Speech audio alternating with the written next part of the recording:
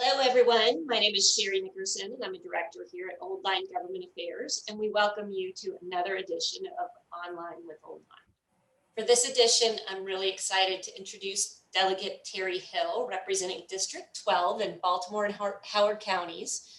Welcome, Delegate Hill, and thanks so much for joining us today. Thank you, Sherry, for having me. It's really a privilege. So a little bit of background on Delegate Hill, and you're going to have to fill in the blanks here for me at the end of this. So Delegate Hill was born in Pennsylvania, but grew up in Howard County, Columbia, Maryland. If I am correct, she earned her bachelor's degree in bioelectric engineering from Harvard University and her medical degree from Columbia University. She is a practicing plastic surgeon and has been practicing for more than 30 years. Delegate Hill was elected to the Maryland General Assembly in 2014 and has served on the House Health and Government Operations Committee since. She also serves on the Government Operations and Health Facilities Subcommittee, which all makes sense given your background as a doctor. And since being elected, her key priorities have been healthcare, climate change, and civil rights protections. So Delegate Hill, to get us rolling, can you give us fill in the blanks on your background? What did I miss? And also tell us about the district that you represent. Sure. So I did move from Philadelphia to Columbia, Maryland when I was 10. So, and I just point that out because there was a significant amount of time that I spent in Philadelphia. So I grew up in both places. You missed one subcommittee that I serve on, and that's the Public Health and Minority Health Disparities Subcommittee. And in my, 7 sessions in the General Assembly, on all of which have been on the Health and Government Operations Committee, I've also served on the Estates and Trust Subcommittee and the Insurance Subcommittee, and I think everything except Health Occupations Subcommittee. So I've had sort of broad exposure to the subject matter of the committee. And I think, that's it. I am still a practicing plastic surgeon. I've been in solo practice for what will be 30 years come this November. And I love that. And I think that my clinical experience and the fact that it's sort of ongoing is a lot of what I bring to the General Assembly, those experiences dealing with people in the community, often at times that can be the most stressful, the most traumatic, having the privilege of people, frankly, inviting me as a healer into the most vulnerable parts of their lives, and seeing people cross the swathe of our socioeconomic landscape, from homeless people to people living in multi-million-dollar homes, dealing with folks who have cancers, who have congenital defects, who have trauma, and also people who just want to be a better version of themselves,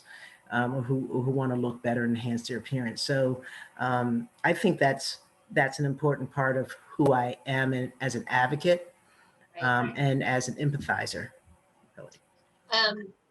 That reminds me of a quote of yours that I read just this morning, actually. It says, "As a surgeon, I'm a practiced listener. As a legislator, I'm a fierce advocate. And as a scientist, I take an evidence-based approach to get to the root cause and find sustainable solutions." I thought that was a perfect quote for what you actually do. Yeah, I think that is how I aspire, how I see myself, and that's what I aspire to do and to be. The district you asked, to tell you a little bit about it. So I represent both Howard County, where I grew up and where I reside, and the Southwest Baltimore County. And it is a diverse district with great similarities in both county jurisdictions and some differences. And one of the things that I enjoy about it is that by having to understand, cultures that are slightly different from county to county, work with administrations that are fairly different in terms of their priorities and how they go about doing things, whether it's, through the school system and whatever, working, and not just having worked with one administration.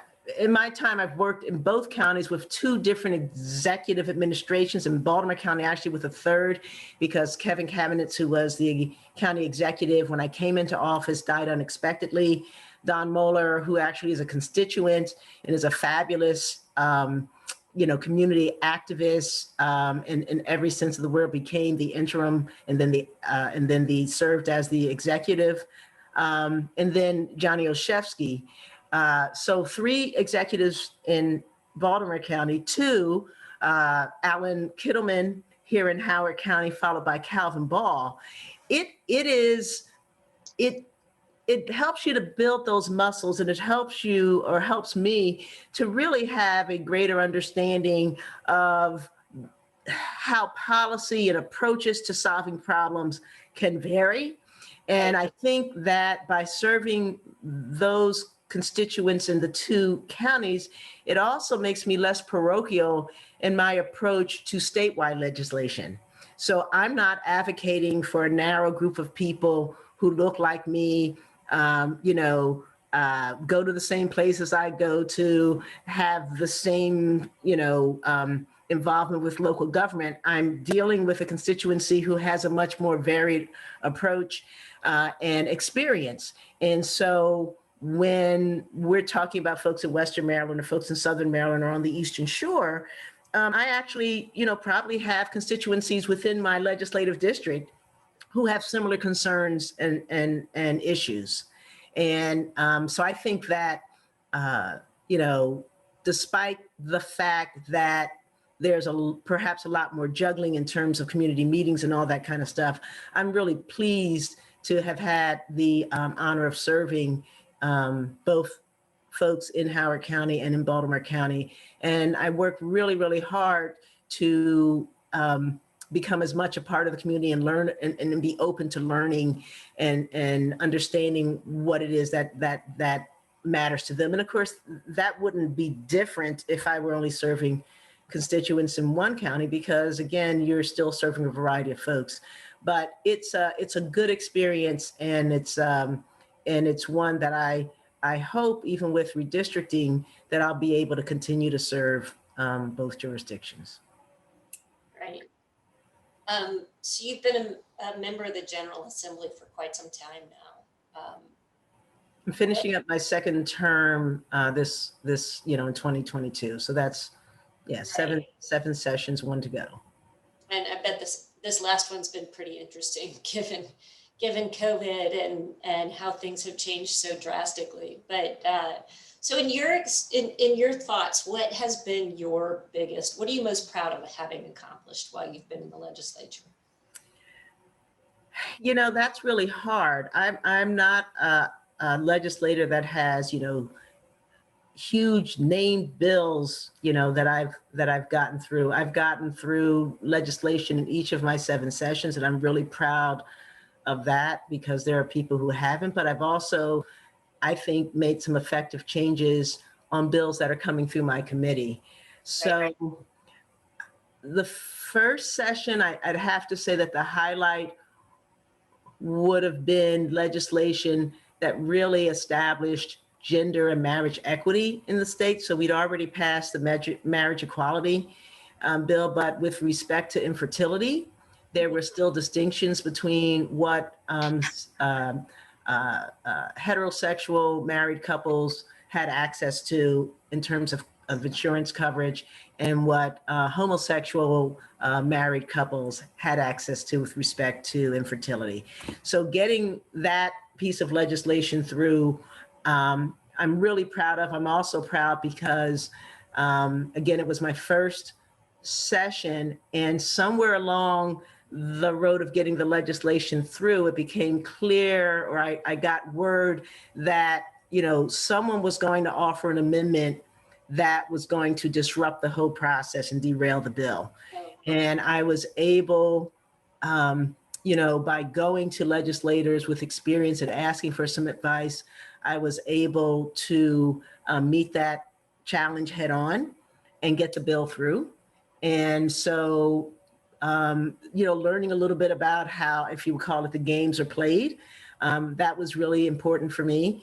And we also, when we passed the bill, it turned out that there was a little problem with the way it came through, and it caused some problems for men in terms of their not being equitably treated. And I was able to come back with the Senate cross-filer, Senator Kagan, Cheryl Kagan, and we were able to fix that in the next session. And so in the end, we created, again, not only equity for same gender married couples, but also for men with women in terms of infertility. So that was great for a number of reasons. Then there are these sort of little bills that don't seem to affect a lot of people. Like I passed legislation in the subsequent session for coverage of diabetic test strips.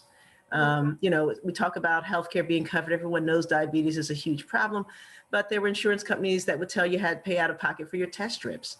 So we got that through. And again, there was another piece to how we had to do it, which turned out to be a tool that we could then use for legislation that other folks either were having problems getting through, or that once it got through, it was problematic. And so I was pleased about that. And now with the cost of diabetic medicine, insulin particularly, being just out of control, and groups working to just separate from the big pharmaceutical companies and make insulin through alternative means, being able to refocus our attention on diabetes has broader implications. So that was, and then I guess another example, we had a drug pricing board that legislation was passed in one session, and then the court said it was unconstitutional. And the sponsors came back the next year.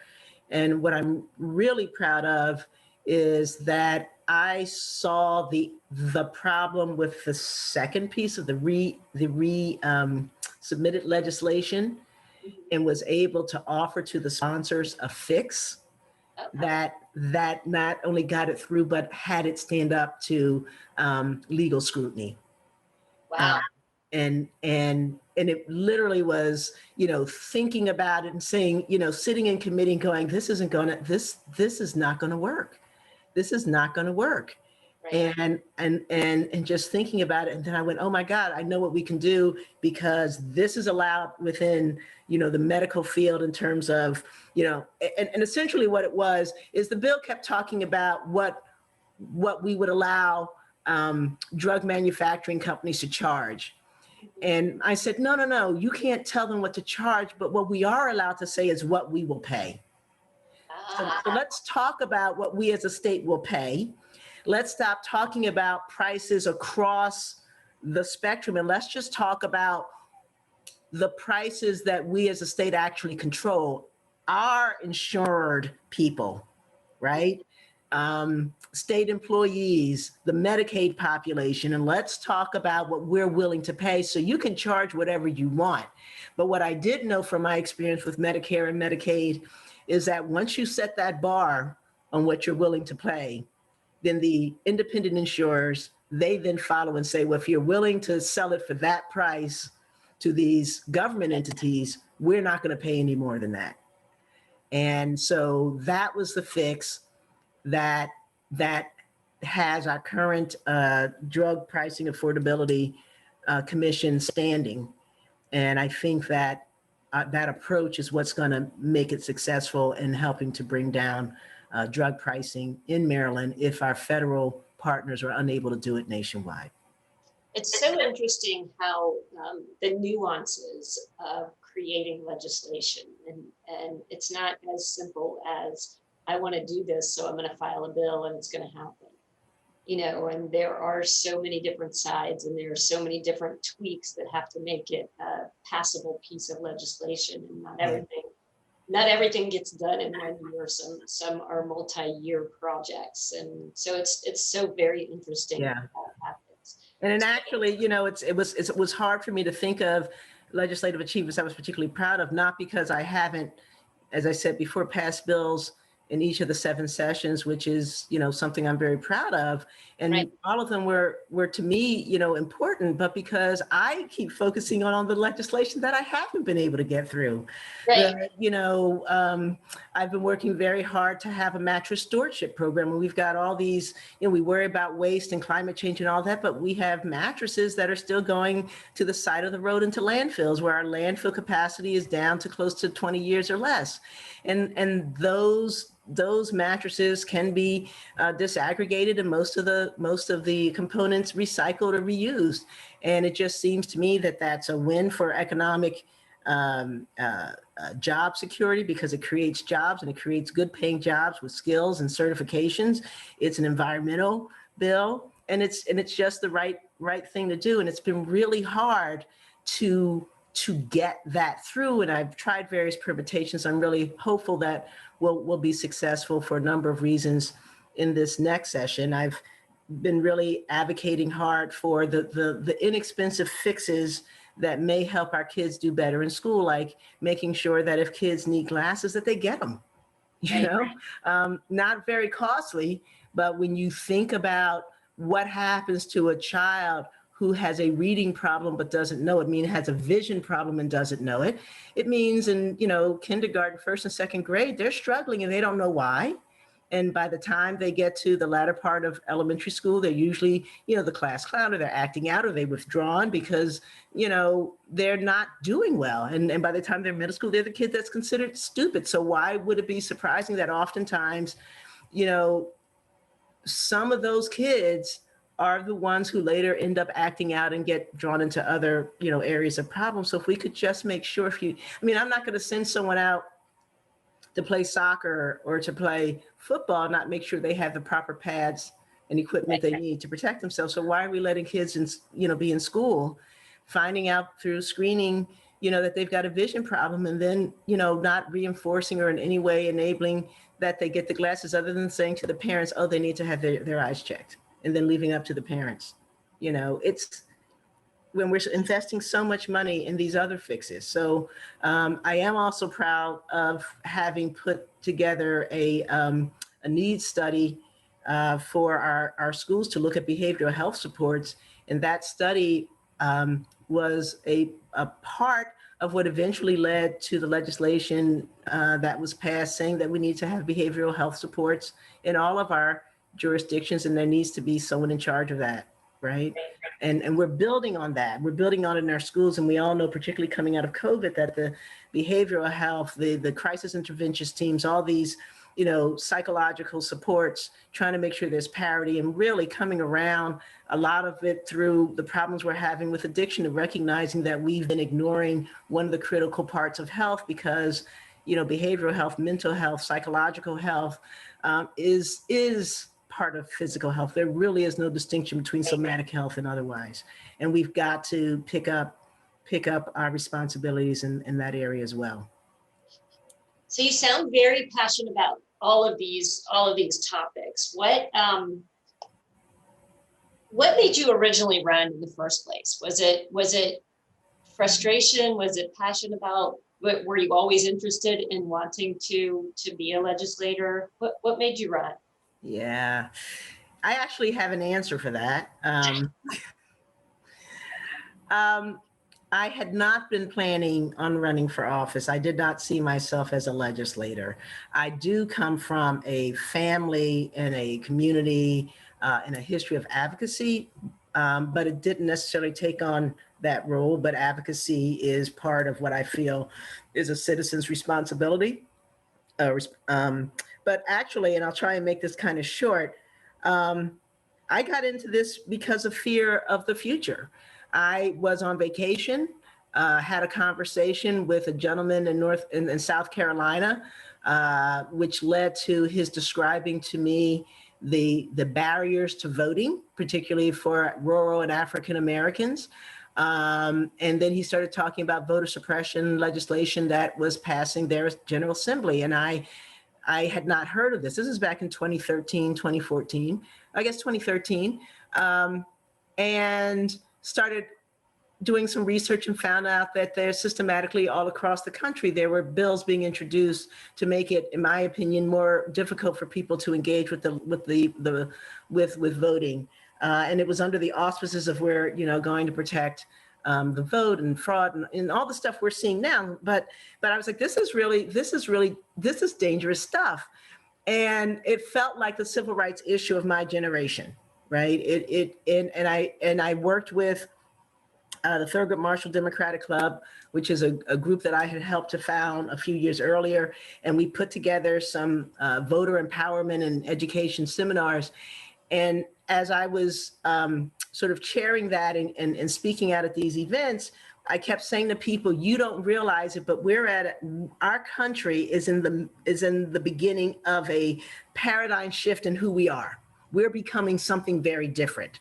And I don't know how long this shifting, this turning is going to last. And I don't think we're going to realize how dramatic it is until we can look back on it 20, 30 years down the road. But we're in the middle of this, and we're either going to be a more open, inclusive, upward looking, country that adheres to the values in our founding documents, or we're going to be a more inward looking, jingoistic, selfish, country that makes, harsh distinctions between haves and haves not. This is where we're going. This is what I could feel. And I said, and so if you ever thought that politics was a spectator sport, I'm here to tell you it's not. And everyone, all of us have to step up our game. And whatever you're doing now is not enough. And so I was telling people who didn't vote why they needed to vote, and people who voted but never advocated why they needed to advocate, and so forth. The back of my mind, the question kept saying, so how are you going to do more? What are you going to do? And right around that same time, my delegate, Liz Bobo, who is actually a neighbor and someone I've known for years. And it's a funny story. When she first ran for her seat in the legislature, my mother ran in the primary against her. And but later supported her through her campaigns, and I had helped in her more recent campaign. But she asked to meet with me because she was considering retiring, and she was looking for someone that she thought she would want to represent her in Annapolis. And she asked me to consider running. So I was not thinking about it, but I was feeling the need to do something more. I was feeling, as I later said on the campaign trail, as I didn't want to wake up in 20 years and find out that we become that latter version of America, and that I might have made a difference, but hadn't even tried. And she offered the opportunity to me. And so that's why I ran. And as things have played out over the last several years, I'm a very spiritual person. I do feel like God sort of opened the door and invited me through it. I'm so glad that I'm in this position. I don't know what I'd be doing with some of the push me, pull you that's been going on, and some of the things that had simmered under the surface that are now erupting that we all have to deal with.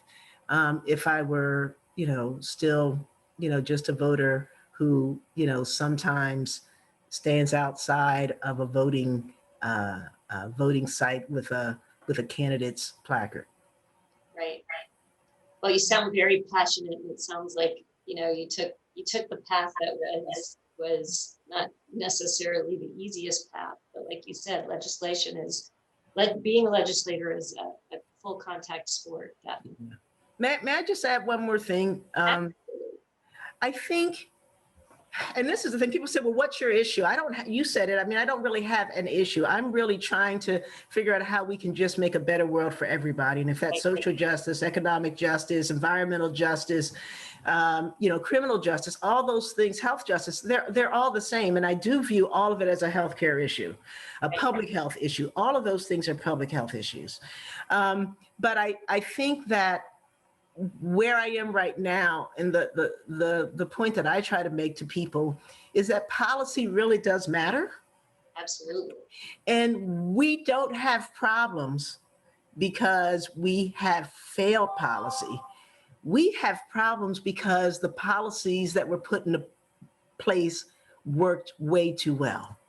So we shouldn't be surprised that there are poor people, because if you look back on it, we've had policies that at their heart were designed to keep poor people poor, right? We shouldn't be surprised that we have economic disparities, because we've had policies for generations that were designed to support economic disparity. And so forth and so on. So policy matters, and getting policy right, I think, is critical. And you don't get it right because, you know, you or I know exactly what it should be. You get it right because you're open to listening to the arguments on all sides, and to acknowledge what you're trying to do, inadvertently causes problems somewhere else, and to dig down and try to figure out how to pull and push and find the sweet spot where you can do the most good for the most people. And I think that makes all of us better. I could not agree more. Could not agree more. That was well said. Thank you. All right, so I have one more question to wrap things up. Can you tell us one fun or unique fact about yourself that you'd like to share? It doesn't have to be one. You can share more than one. So I think in my first session at one of the legislative dinners, we were asked to tell something no one knows. And so the one I always like to tell, because no one would look at me and think this is true, I was a pageant. I did a pageant route. So I was in a pageant, I guess, twice in my teenage years. I actually won a state pageant. It was called the Miss U.S. Talented Teen Maryland pageant, and went to compete nationally up in New York. It had previously been the Miss Black Teenage America or Maryland pageant. So I always like to tell that story. There was no bathing suit segment. That's a great. But yeah. So I've done pageants. So was there what was your talent? Did you have to have a talent? You had to have a talent. The first time when I was in the local pageant and I came in third place, second runner up, my talent, well, I'm a dancer. And so I danced to a recitation of a Langston Hughes poem that I did. So I recorded myself over Sly and the Family Stone's You Caught Me Smiling, doing We Wear the Mask. Was it Paul Laurence Dunbar Langston? Nothing was Langston Hughes. We Wear the Mask, and I danced to that. And then a couple of years later, the local sponsor became the state sponsor, didn't have time for a local pageant. And as I had been the runner up and the other one ahead of me had aged out, had me represent Howard County, and I won the state pageant and went to New York City. And in that case, I wrote my own poem and danced to to that, put to music. Yeah. That's very impressive. Very cool. Well, thank you, Delegate Hill, for taking the time to be with us today. We really appreciate your time. We know it's limited. And we look forward to finding ways to continue to work together in the future. And thank you. Thank you for inviting me and giving me this opportunity and for making it so much fun. Enjoyed the conversation. So for more conversations with legislators and more online with Old Line, please visit oldlinelobbying.com.